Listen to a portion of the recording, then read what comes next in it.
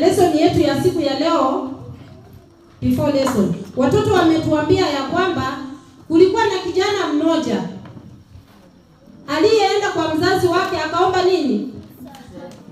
Akaomba sehemu ya mali yake ndiposa aweze kusafiri aende nchi za mbali. Huyo mtoto mliona ya kwamba wakati alifika kwa babake alinyenyekea kwa upendo, akamwambia, babangu, naomba sehemu ya mali yangu niweze kupata nini? Kusafiri niende nchi za mbali, niende na sitawahi rudi. Babake mnaona kwa hiyo story hakukataa.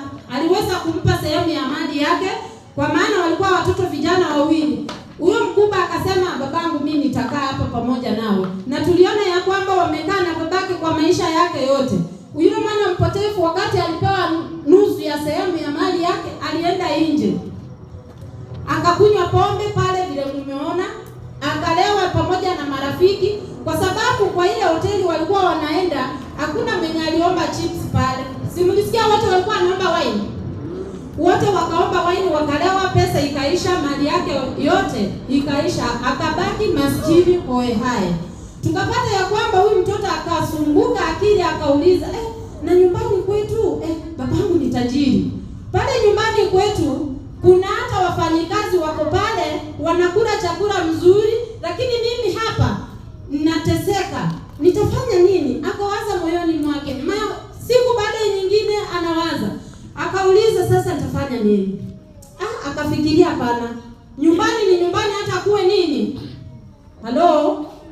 Nyumbani ni nyumbani. Mtoto akaamka moja kwa moja akaenda mpaka nyumbani. Wakati aliulizia marafiki zake wampe usaidizi, hakupata usaidizi.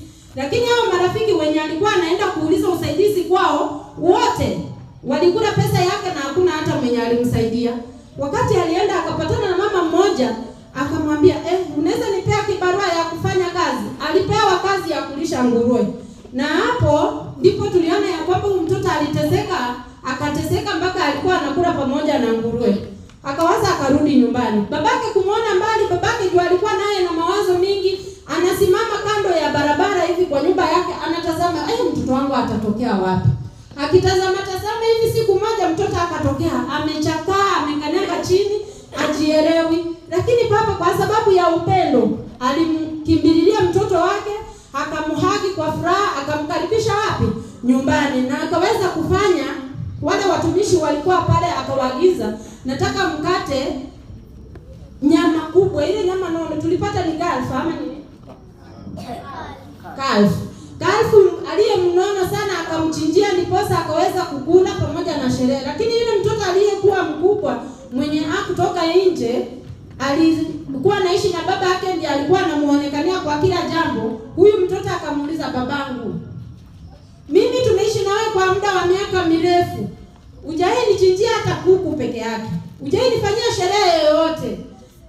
Kwa nini mwenye alichukua mali yake akaenda nje akasherekea pamoja na marafiki, yeye amerudi nyumbani, umeweza kumfanyia sherehe na umeweza kumfanyia hayo yote? Babake akamtuliza kwa amani, akamwambia, mwanangu alipotea kwa muda wa miaka mirefu, lakini kwa saa hii ameweza kurudi. Mnasema aje kwa hiyo story? Amen. Tukirudi kwa kifasi yetu ilikuwa Methali 23 verse 13 to 16.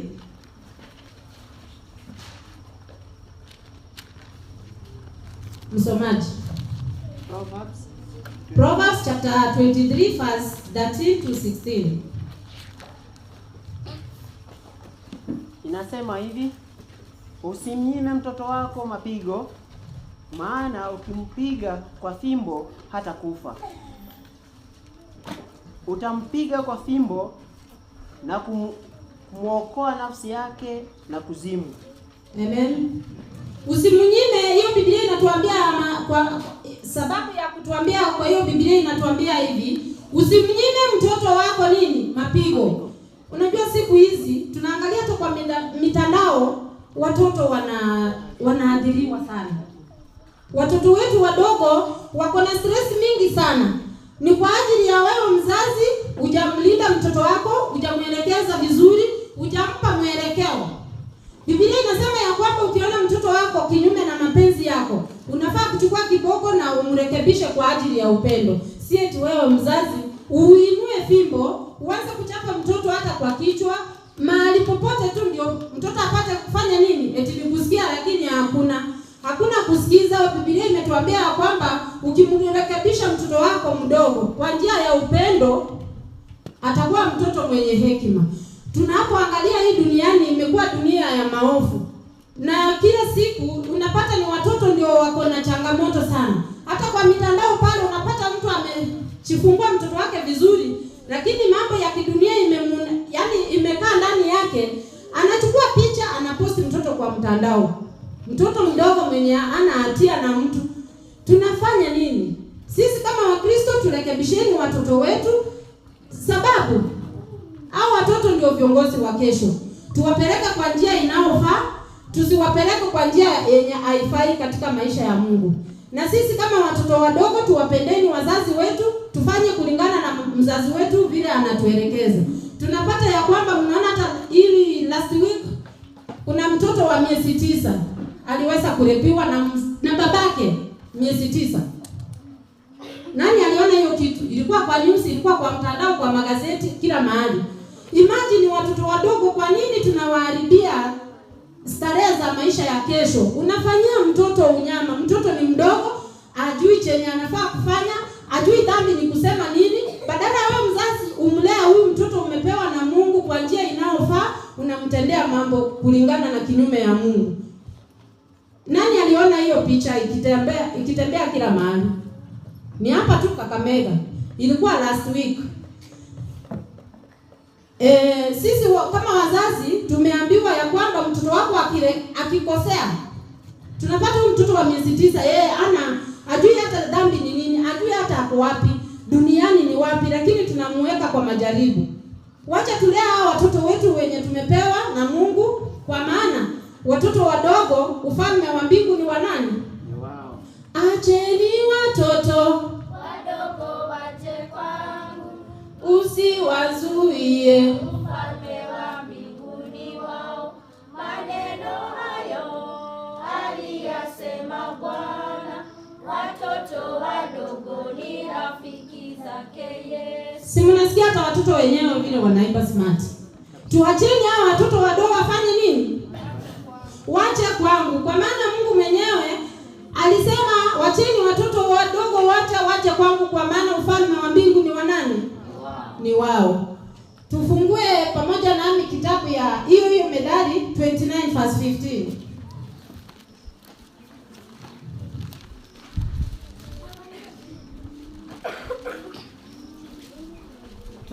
Verse 15 inasema, fimbo ya maonyo hutia hekima, bali mwana aliyeachiliwa humwaibisha mamaye. Amen. Tunapata kila wakati sisi kama wazazi. Wazazi halo. Yes. Tunapata kila wakati, kila mara nyumba mingi zimeharibika kwa sababu ya kukosa maadili. Nikianza na wazazi wetu hapa. Sisi ndio mifano bora kwa hao watoto wetu. Hakuna venye unaweza niambia mtoto wako ataamka asubuhi awe anaomba kama wewe mzazi uombi. Ni ukweli ama ni uongo? Tukue kielelezo chema kwa hao watoto. Watachukua mfano wetu. Kama wewe baba na wewe mama nyumbani pale, mkiwa mnafikiria mawazo yenu ni mbaya, mnafight hata mbele ya watoto. Unajua hao watoto ni wazuri sana. Wanakujanga hapa, wanatuambia ticha, unauliza mtoto shida nini? Anakuambia ticha, unajua mimi kwetu hakuna amani. Baba, unamuuliza ni nini? Babangu na mamangu wanagombana, hiyo nyumba hata haiwezi kalika. Kwa hivyo sisi wazazi tukiwa hapa ndani, tukue kielelezo chema kwa hao watoto wetu. Kwa maana hii mifano yenye watafuata ni mifano yetu. Tukiwa na tabia mbaya, hao watoto wetu watakuwa wana tabia mbaya. Ni ukweli ama ni uongo? Kwa hivyo tuwarekebishe kwa njia ya upendo, lakini wewe mwenyewe ujiulize, makosa hii mtoto anafanya ni ya kukufuata wewe ama ni ya kufuata nani? Kwa maana Biblia imetuelekeza ya kwamba mtoto muovu waibisha nani? Mamaye. Mamaye. Imesema vizuri mamaye. wazazi mnakuanga wapi? Wazazi wa kiume mnakuanga wapi wakati hao watoto wanatukosea, ama tukikosa makosa yote inarudia kwangu? Mimi kama mama nasimama ya kwamba nikiwatangazia hivi, mtoto si mtu mmoja umleta duniani. Amina? Si mtu mmoja, ni wazazi wawili, mama na baba walete huyu mtoto duniani. Na mtoto akiwa duniani, makosa ikifanyika, badala ya wewe mzazi mwanaume kulaumu mzazi wa kike, muelekeze kwa ile njia inayofaa. Mwambie mtoto wangu hapana hii, ama uambie mama. Unajua kuna saa zingine sisi kama wamama, mtoto akikosea pale hauna uwezo, huwezi tuna huyu mtoto, huwezi mchapa. Ni kwa nini? Tunamwambia wacha babako akuje jioni utaona. Ni wangapi hapa wanawake wako hapa? Ni wangapi mwenye unaweza simama na mtoto wako umwambie nitakutandika vibaya sana? Ni nani? Ni wachache sana. Wengi ni wale wa kutishia watoto, ngojea uone. Babako akirudi jioni nitamwambia. Baba ndio kusema kwa hiyo nyumba peke yake, ama hata wewe mama unakusema? Turekebishe tabia zetu kuanzia saa hii. Unaweza pata kama walimu wa watoto tunakuanga na kibarua kigumu sana. Ndio uweze kuweka hao watoto pamoja, wasimame hata mbele kuimba, si kazi rahisi. Unapata mtoto yule wa tuseme for example Dailini wangu anasumbua. Dailini kuja ukae hapa. Mtoto anakukataza. Wewe kama mwalimu na wewe si mzazi wa huyu mtoto, unapaswa kufanya nini? Yaani mnatupea kibarua kigumu kwa kupembeleza huyu mtoto. Ikifikia mahali mwalimu anachukua hatua ya kuchuna huyu mtoto ndiposa aweze kutulia kanisani, mtoto anasimama hivi anakuambia, umenichuna? Naenda kuambia babangu ako na muscles. Naenda kuambia dadi atakuja na atakupiga. Ni mfano gani tumeletea hao watoto? Watoto hawa wetu ni watoto tunawapenda sana, lakini mahali wamefikia saa hii, mtoto anafanya mitihani vizuri, mtoto anapita vizuri, lakini mzazi unamzawadi simu. Hakuna kitu kingine mzazi unaweza zawadi mtoto isipokuwa simu. Nani alisikiza mahubiri ya last Sabato? Ni mmoja tu. Wengine mlikuwa mmelala.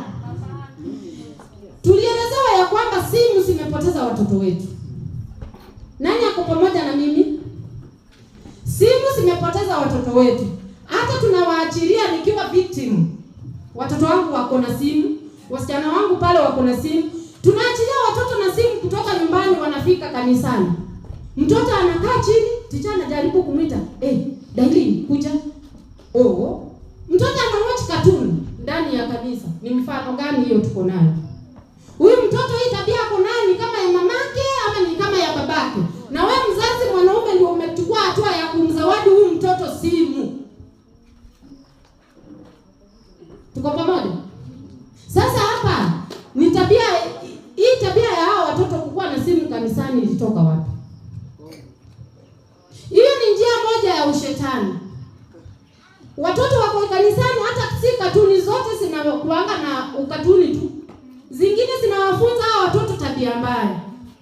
Kama juzi tu hivi nimekula zangu nimeshiba, nikitembea hivi mtoto wangu ananiuliza, "Kai mama, tumbo yako ni kwa nini iko kubwa?" Huyu mtoto ni mtoto wa miaka 5. Anajua saa hii mtoto hutoka wapi? Kwa tumbo. Ni kwa ajili ya hiyo simu umempea. Tuko pamoja wazazi?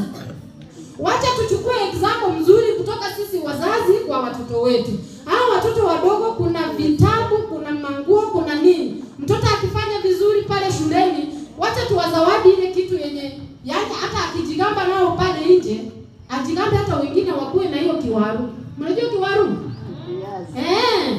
Akuwe na kiwaru. Dadi alinibaia hii nguo. Na ni kwa nini huyu mwenzako akikuuliza kwa nini umenunuliwa nguo? Wewe mtoto utasimama imara umwambie mimi ni number 1 kwa class. Amina? Hii nguo nimevaa smart, babangu aliniletea. Hii nguo nimevaa smart, mamangu alininunulia kwa sababu nimefanya nini? Nimepita mitihani. Kwa hivyo wazazi turekebishe tabia zetu kwa hao watoto. Tusiwazawadi simu, kwa maana simu inawapeleka kwa ushetani. Unaweza pata mtoto ako kwa earphones tu hata pale nyumbani. Juu hataki stories zenu. Wewe ndio umemweka akue kwa hiyo hali. Amedunga earphones kwa masikio, hata ukimwita Glorious, hata uita mara 10 mtoto hatasikia. Ni ukweli wazazi?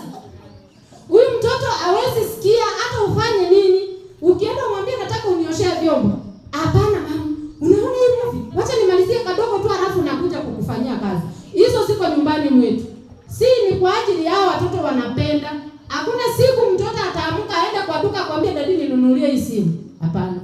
Tumeachilia watoto majukumu yenye hata wao wenyewe hawawezi. Wewe kama mzazi umeakisha gari yako pale, naona tumebarikiwa tuko na magari kwa manyumba zetu. Unapeleka mama outing, yaani watoto outing, unaacha mama akipika pale nyumbani. Halo? Yes. Unaamka baba, anaamka na watoto, anaacha mama nyumbani, anaenda na watoto kufanya shopping. Uko pale supermarket, unaambia mtoto nunua chenye unataka. Na watoto wetu wanakuwa wazuri sana. Wanaangalia ile kitu yenye utatoka sweat, ananunua hata baiskeli ya 18,000. Na sasa hiyo kwa hesabu yako ulikuwa na 5,000 peke yake nyuma na mbele. Hakuna siku mtoto anaweza simama eti anakuambia anataka juice. Ni kweli wazazi? Hapo nimewagonga mwezi itika. Hello? Happy Sabbath. Happy day. Mtoto anachukua baiskeli.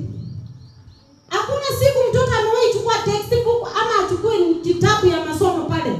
Anachukua tu vitu za kumfurahisha peke yake. Kwa sababu umempea hiyo ruhusa. Mumeacha wamama nyuma kwa sababu wakienda pale supermarket atakwambia mume wangu hapana. Hii baiskeli hapana. Tuko na mpangilio kesho na kesho kutwa huyu mtoto afanye nini? Aweze kusoma. Hayo amufikirie, lakini ikifika ni wakati wa school fees unapigia mwalimu, "Teacher, nipe muda kidogo." Na pesa yote umespend kwa mtoto na hiyo kitu amenunua anatumia once akitoka shuleni. Kwa hivyo sisi kama wazazi pamoja na watoto, wacha turekebishe mienendo yetu, tujue ni wapi tunafaa kutembea, ni nini tunafaa kutumia katika hii maisha. Unajua maisha ya sasa hii ni maisha mafupi sana. Tusome nani kitabu ya Mathayo.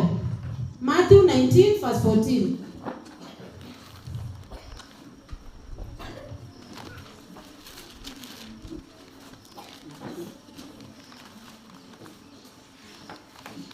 Matthew 19:14.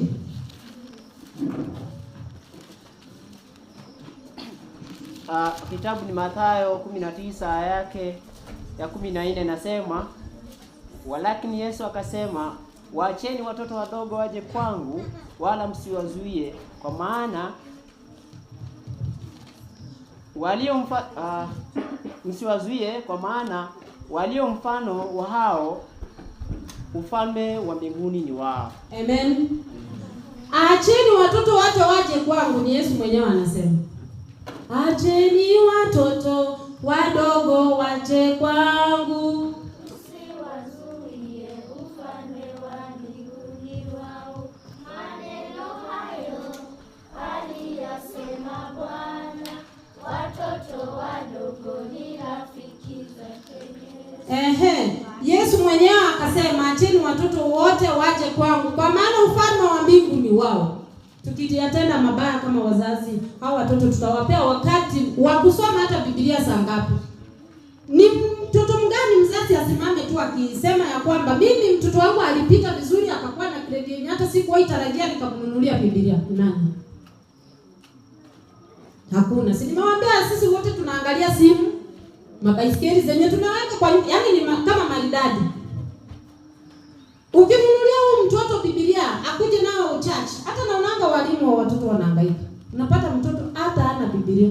Hata ile ya shule unanunua ikiwa mpya, inafunikwa tu hivi vile ulipeleka ikaangaliwa na mwalimu, mtoto akakuja akarusha hapa. Anaifungia pale kwa sababu kuna watoto tuko nao hapo wako na talent ya hata ya kusimama na kuhubiri. Lakini hiyo Biblia haijafunguliwa hata siku moja.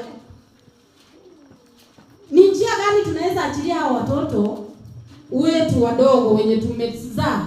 Hii kisasi ni mbaya, inaitwa Gen Z. Hii kisasi kama saa hii unaona mtoto hata yaani anafalia rauni inafika hapa. Msichana anafaa tu anafunika tu matiti peke yake. Nguo imefika hapa, tumbo yote iko nje.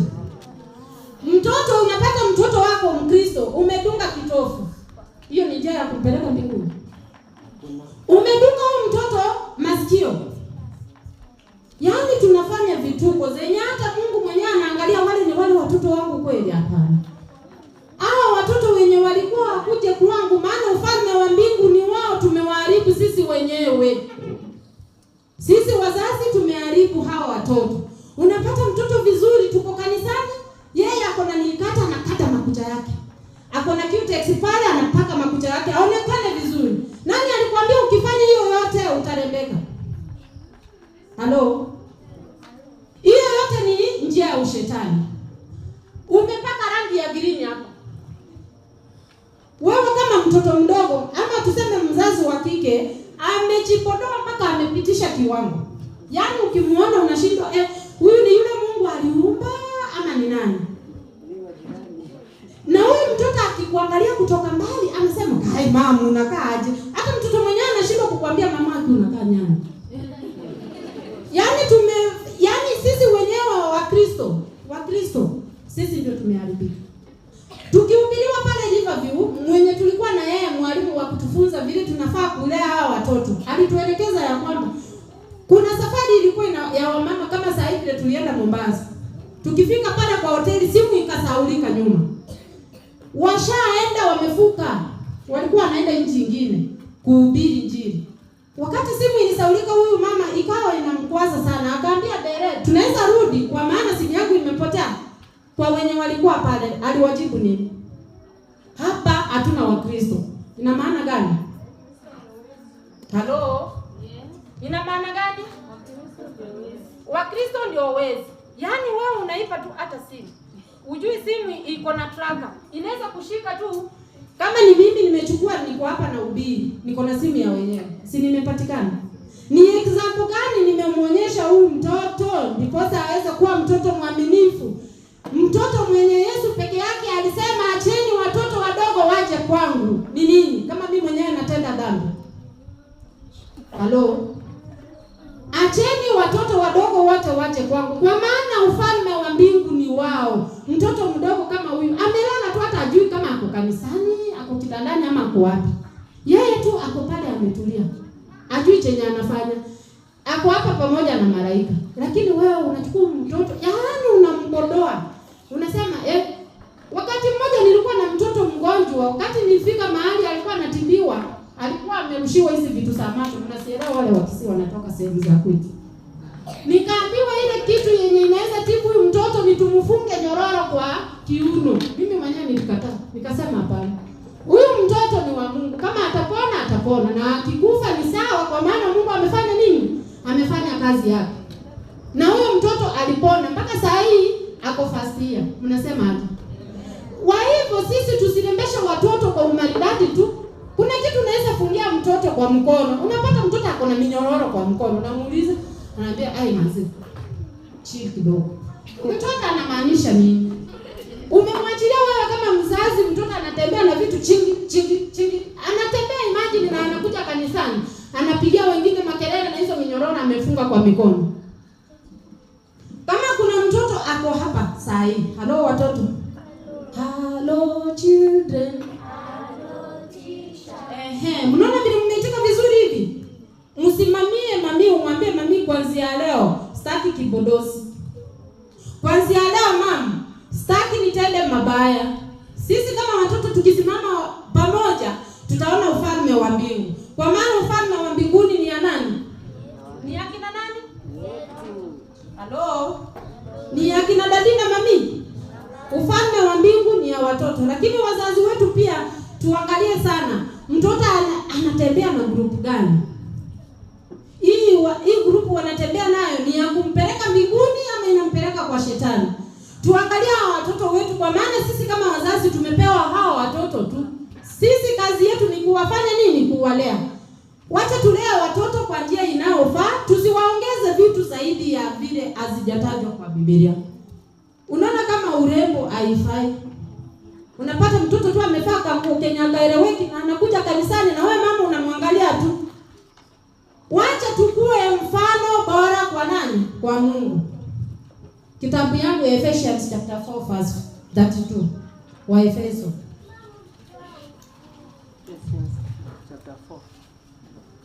Chapter 4 verse 32.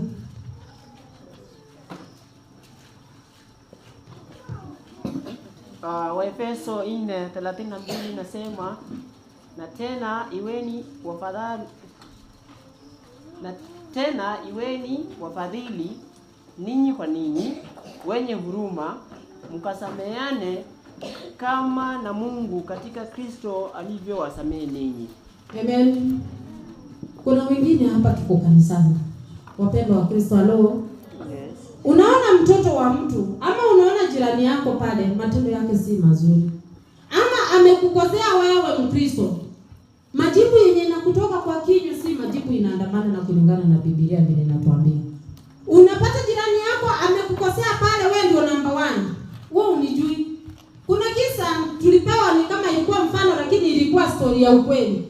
Mama mmoja akachaguliwa kazi kanisani, akawa anafanya na roho yake yote, lakini pale nje kumbe kuna Mkristo walikosana na yeye wa dini nyingine, wakawa wanakorofishana. Siku moja huyu mama akaingia kanisani, kama huyu mama amemtukana, akakwazwa sana, akauliza, Mungu wangu nitafanya nini? Akanyamaza sana kabisa kwa muda wa masaa mingi. Wakati kanisa imeisha, wakitoka hivi wakapatana na yule mama. Yule mama akamwambia, "Ni wewe nangojea. Utaniambia unaenda kufanya nini kanisani kama sisi wengine unatukosea?"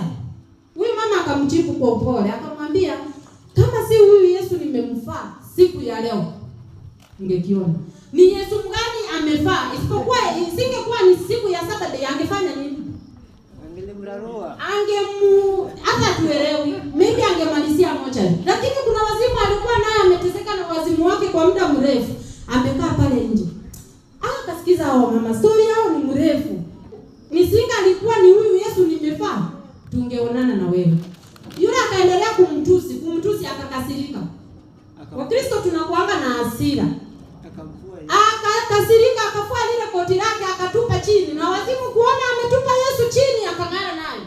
Akafaa akaenda mpaka saa hii tunasema wewe wazimu akapona. Lakini aliachia huyu mama nini? Alimwacha kwa shida. Kwa hivyo tusameheane dhambi zetu. Sisi kama Wakristo nikikutendea mabaya, uko na ruhusa ya kunisamea, niko na ruhusa ya kukusamea. Tusameheane ndiposa tuweze kuona ufalme wa mbingu kwa mara ya ngapi? Mara ya pili. Yesu akirudi asitupate ni sisi tu tuko hapa. Bado wewe na wewe amwangaliani na jirani yako hivi na macho. Mlikosana kwa muda wa miezi 10 na kuna siku umewahi samehea mwenzako. Chukua hatua, enda kwa yule mwenye mmekosana, mwambie, rafiki yangu, nimeona tumekosana na tunaenda dini moja, hata kama si wa dini yenu. Tunaishi hapa, tuko pamoja. Sisi wote ni wana wa Mungu. Wacha tusameheane ndiposa nipate kuwa free kwa kufanya kazi ya Mungu. Ni wangapi wanaweza ambia jirani yake, pole kwa yale nimekukosea? Kwa sababu sisi ni Wakristo, tunafaa kuwa example mzuri kwa wale majirani. Wakikuona pale ukitembea wanasema achaneni na huyo mama. Ukitembea pale achaneni na huyo baba. Ndio jirani aulize, huyo baba ako na nini? Huyo mama ako na nini? Hata waambie uzuri kulingana na uwezo wake, bila anajua wewe mwenyewe unakaaje. Atakwambia, unaona huyo mama? Hata siku yake ya Sabato uwezi muona akisurura huko, anashinda kanisani. Wengi tumebeba mizigo yenye si yetu. Mizigo mizito yenye hata wewe mwenyewe ukiamua uwekelee chini utaweza. Tusikwaze roho zetu. Wacha sisi tutulie tu na imani ya Yesu. Usipepe chuki, umpepe chuki mtu mwingine ukiendelea kukua na stress. Na unajua ukiwa na stress ni nini inakupata? Ugonjwa inakuingia. Ndio maana sasa hivi unaona mtu anakuambia niko na answers. Hebu enda uchioji, umetenda nini? Tumesumbuliwa na magonjwa hapa na pale, lakini sisi ndio tumepea mioyo yetu kazi ngumu. Kazi ngumu. Turahisishe kazi, tusameheane, tupendane ndiposa tuweze kuona ufalme wa mbinguni. Amen. Amen. Hebu tuangalie kitabu ya 1 Timothy chapter 4 verse 12.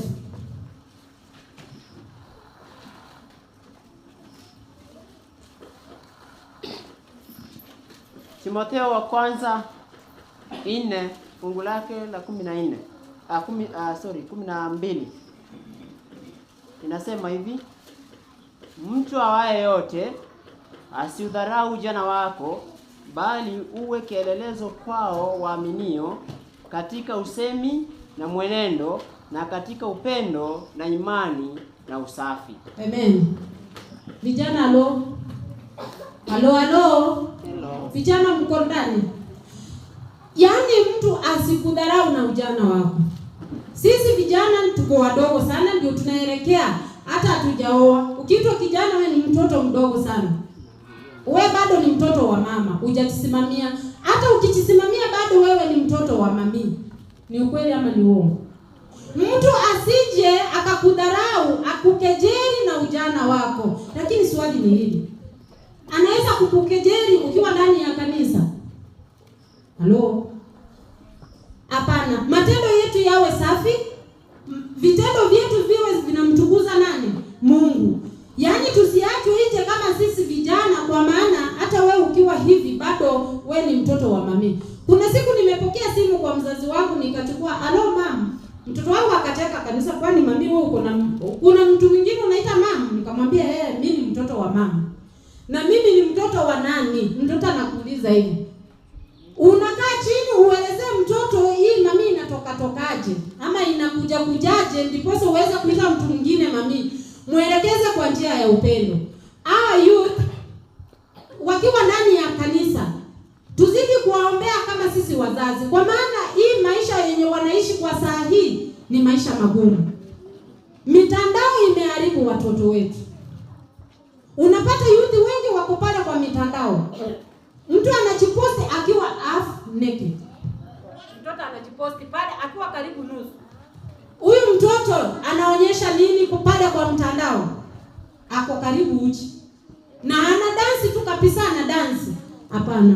Tuwarekebishe kwa njia ya upendo, tuwalete pamoja, tuwaweke karibu na nani? Na Mungu. Usione mtoto wa fulani na ni juni yote unasema huyo ni mkubwa, achana na yeye aende na huko. Hapana. Kama unaweza mkaribia na umrekebishe kwa njia ya upendo. Lakini usitumie hii ujana wako kwa kufanyia wengine mabaya. Ikiwa wewe ni msichana, usitumie hii ujana wako kwa kusurura hapa na pale. Biblia imesema utumie ujana wako vizuri. Ni kwa njia gani unaweza tumia hii ujana wako? Ingieni kanisani. Fanya yale kulingana na mapenzi ya Mungu. Wacha kuingia duniani, yani ni kama dunia inakungojea tu hivi. Umefungua mdomo wazi.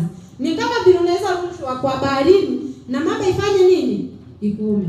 Wacha tutumie ujana wetu vizuri, kwa maana sisi ni watoto wa Mungu. Hata kama tumetoka hii stage ndogo ndogo ya kuimba hii, tumefika kwa ujana. Take your time. Choose wisely. Mwenye mtaenda kuishi na yeye ni nani? Ni wa njia aina gani? Huwezi toka hapo upate mtu anatembea amejipodoa kifi yake pale na anafaa hata nguo zenye asimfurahishi Mungu eti ndio unataka kuoa. Hapana. Tafuta mtu hata katika mwenye ako ndani ya kanisa, kijana. Mwenye mtaishi na yeye katika hiyo maisha yenye umebakisha saa hii kama mtoto kijana. Na wewe msichana, chukua hatua moja kwa nyingine. Utafute ni nani mtakayeenda kuishi na yeye. Tutumie yani ujana wetu kwa njia inayofaa. Ikiwezekana, kujeni kanisani, elders wako, pastor, mfunge ndoa. Na sisi mibaraka kama wazazi tutawapea ni ya kuwabariki. Watoto wetu mahali mtaishi muishi kwa amani. Amina. Tusome hiyo Psalms. Hiyo ndio fungu yangu ya mwisho. Psalms 121.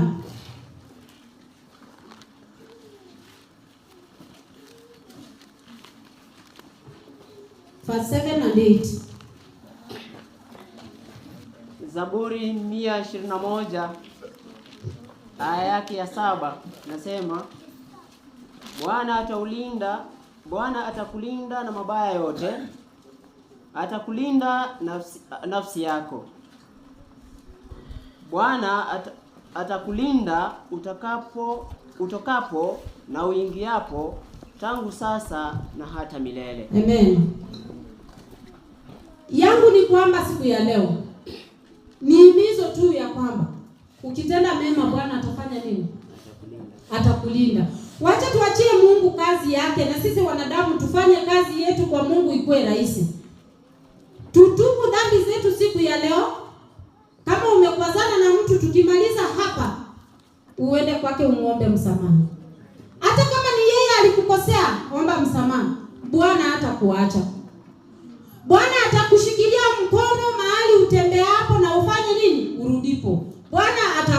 pamoja nawe. Amina. Ni mmoja tu amesikia hiyo point. Yaani utokako uendapo, hata ukiamka asubuhi ukienda kazini, kuenda ni rahisi lakini kurudi ni shida. Ukiwa hata pale kazini, piga magoti yako chini, omba Mungu wako, mwambie Mungu nisamehe. Mimi ni mdhaifu tu, ni mnyonge. Mimi niko na shida mingi katika maisha yangu.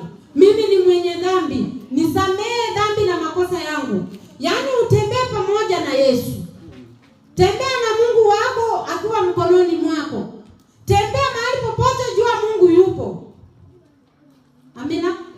Tembea kila mahali uendapo wapi. Unajua kuna wenye wanalalanga usiku wanakosa kuamka asubuhi. Si kwa ajili wao ni wabaya. Tungali bado tuko na kazi mrefu ya kufanyia Mungu kazi. Tenda kazi kulingana na uwezo wako. Kuna wenye tumepewa vibarua mbali makampuni kila mahali, hata kanisani. Unapata ya kwamba pale kanisani unafanya, pale kazini unafanya vizuri, lakini ikifika kwa kazi ya Mungu wewe ni wa kupinga tu. Sisi ni wanadamu, yes. Inawezekana mimi naweza pinga, lakini si eti napinga kwa kazi, yani kwa mawazo mabaya. Kama mimi wakati nilichaguliwa siku na kanzo nikuje kuhubiri, karibu ninakataa. Lakini nikarudi nikasema mahali nimetoka ni mbali na mahali nimefika hata ni hapa tu nimefika. Ya kesho siyajui. Nimetembea kutoka mbali nimefika, hata tangu niliolewa mimi niko na 20 years in marriage. Mahali nimetoka na mzee wangu mpaka leo. Ni leo tu najua, lakini kesho siyajui. Leo tunaweza kuwa tuko pamoja, lakini kesho mmoja wako hayupo. Ni nini unaweza fanya inaweza mtukuza Mungu? Tuombeane, tuzidi kuombeana siku baada ya nyingine. Kwa maana maombi ni silaha tu tumepewa na Mungu. Maombi ndio silaha dhidi ya adui. Unapokumbwa na shida na majaribu, omba bila kukoma, kimbilia kwake Mungu, umweleze shida zako. Kamwe hachelewa kujibu, usichoke kuomba. Amen. Maombi ndio silaha pekee tumeachiwa na nani? Na Mungu. Kama kuna kibarua hii duniani ni kuomba. Maombi. Unaweza kosa kuomba hata pale uko, lakini ukilala ambia Mungu maneno mawili. Mungu, mahali nimetoka wewe unajua, tumesafiri pamoja na wewe mpaka siku ya leo. Lakini sijui nikilala kama nitaamuka nikiwa salama. Ni wangapi wanajiulizanga, fulani mtoto wa fulani amekufa na alikuwa mdogo sana. Kwani amemfanyia nani dhambi? Ni dhambi anakwanga amefanya ama ni siku yake imefika? Dhambi ilianza wakati Adam na Eve walikula tunda la kwa shamba la Eden. Hapo ndio dhambi iliingililia. Mungu akaturaumu sisi na akatufanya nini? Akatulaani. Kwa hivyo hii dunia ya dhambi tuko, tuchukue muda wetu. Tenga muda wako, fanyia Mungu kazi. Wewe mama uko hapa, fikiria hapa, ukitoka hapa, ukirudi nyumbani kwako, umekosea wapi? Rekebisha kuanzia siku ya leo. Wewe baba uko hapa, ukitoka hapa kanisani ukielekea nyumbani, fikiria umekosea wapi? Rekebisha kuanzia leo, kwa sababu ya kesho uyajui. Ni wengi wako matajiri, unaona makanisa yamejengwa, umeona manyumba yamejengwa vizuri, lakini kwa kazi ya Mungu, kanisa ya Mungu ndio hii, tuko na baridi. Kwa kazi ya Mungu tufanye kulingana na uwezo wetu. Nyumbani pale tunakalia viti vizuri, lakini kwa kazi ya Mungu ikifika unajikuta hata wengine wanatandikiwa leso chini, wanaambiwa tulia. Na tuko ndani ya Kristo. Wacha tufanye kazi kulingana na uwezo wa Mungu. Wacha tufanyie Mungu kazi na tusisahau kuomba. Tuombea hawa generation yetu, hawa watoto wadogo. Unajua hii kisasi tu tumeiona leo, lakini kesho hatujui. Kama saa hii watoto wanafaa, yani makucha iko huko, hata mtoto haezi osha vyombo, kesho itakuwa nini? Hebu jiulize hiyo swali. Unaweza pata hiyo kesho yenye unatarajia kufika, utaifika vizuri, lakini unapata mtoto uliye mzazi Na anakuletea hata msichana kwa nyumba. Msichana analeta msichana kwa nyumba, anakuambia mami nimeleta. Huyu ndiye mwanaume atanioa. Watoto wetu turekebishane, wazazi turekebishe, yaani tupea watoto wetu njia inayofaa, mwelekeo mzuri. Unapata kijana, hata tunazijua hizo vitu ya saini marudio. Unapata kijana ni handsome. Huyu kijana akitoka nje kwa wasichana hata ni yule atang'ang'aniwa, lakini ameutumia ujana wake vibaya. Amechukua kijana mwenzake, anamletea mami, anamwambia dadi na mama, huyu ndiye bibi yangu. Ulisikia wapi? Ulisikia wapi? Hao watu hata ukiwaeka pamoja, hakuna matunda wataleta duniani, ni ujinga tu, ni ushetani nimewaingia ndani yao. Tuzidi kuombeana siku baada ya nyingine. Sisi kama Wakristo tusiache Ukristo wetu. Tulea watoto kwa njia ya Ukristo. Turekebishane kwa ajili ya upendo. Usinione mimi nimesimama hapa lakini ndani yako umenifikiria vibaya. Hiyo ni yale mapepo tunasema ya shingo. Amen. Zidi kuniombea ile roho yenye unaona niko nayo mbaya itoke kinywani pako na imtukuze Mungu. Yaani zidi kuniombea, ukiona mimi niko na njia mbaya, wacha kunisengenya. Niambie hadharani, Linet, kwa nini roho mienendo yako si mzuri? Turekebishane kwa upendo. Biblia imetuambia ya kwamba sisi wana wa Kristo ni wana wa Mungu. Turekebishane kwa ajili ya upendo. Usimpate mtoto wa mwenyewe ameanza kufuta sigara, unacheka, unasema alikuwa yaani unajipiga kifua. Hapana. Wewe kama Mkristo, yaani tutende kazi kulingana na mapenzi ya Mungu. Hata tunaweza tembea na wewe kwa barabara hivi. Unajua kuna mwanamke tunaweza tembea na yeye kwa barabara, nisimamishwe niitwe na watu. Halo. Unajua wewe mtu atakuibisha. Huyo ndio mtu unataka utembee na yeye, ndiposa umuonyeshe ufalme wa mbingu. Umuhubirie, kwa maana atapata mahubiri ya kumtoa pale nje kumleta kanisani. Huyo ndio utaweka akuwe rafiki yako. Unapata hata wazazi tuko hapa. Unapata mtoto wa jirani akikuja kwako unamwambia wewe usikuje kwetu, mamangu alikataa. Tumekosana mimi na wewe mzazi. Unaambia mtoto wako, unaona watoto wa Linet, nikikuona na wao akitakunyonga. Kwa nini sisi tunayaleta haya mambo kwa watoto? Tulikosana mimi na wewe, mtoto wangu ameingililia wapi? Tutumie hawa watoto wadogo kwa njia inayofaa. Ukiona nimekukwaza, kuja kwa upendo niambie, Linet umenikwaza. Si kuchukua hatua tu kama wewe mzazi kuja kuambia mtoto Linet alinikosea, nisikuona hata salamu tu. Ni wangapi watoto tunasalimia hapo wananyamaza? Ukiuliza mtoto kwa nini umenyamaza, mtoto anakuambia mamangu alikataa. La mwisho ni kuwa maombi ndio silaha. Na mbarikiwe zaidi. Tutende mema tukingojea ufalme wa pili. Mungu akirudi tuwe wa kwanza kumlaki mawinguni. Amen. Na mbarikiwe. Amen.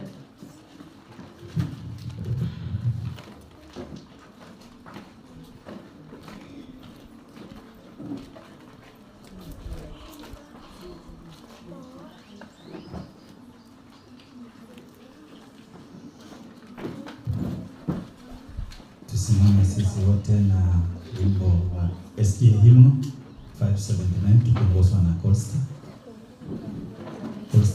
Kisha kidogo.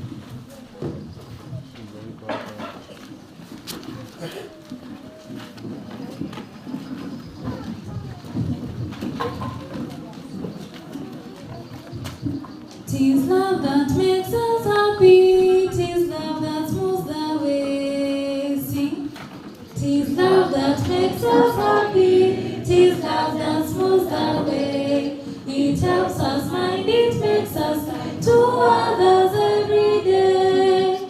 God is love, we His little children. God is love, we would be like Him. Tis love that makes us happy, tis love that smooths the way. It helps us mind, it makes us kind to others every day.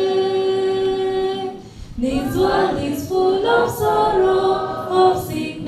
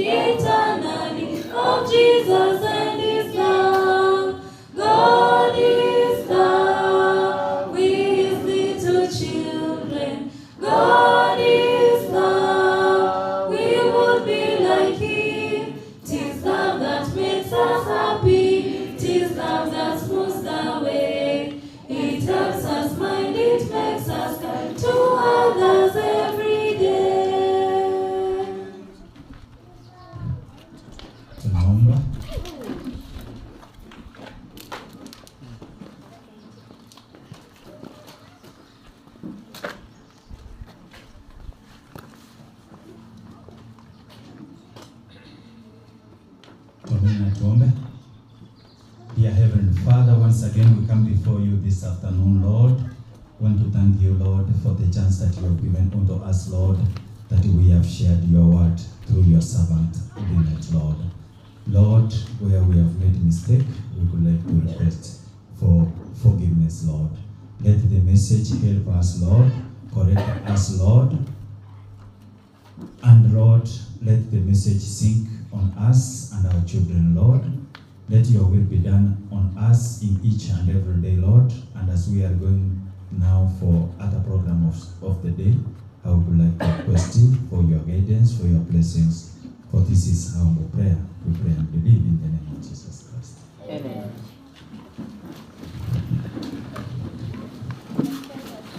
Happy Sabbath. Happy day. Happy Sabbath.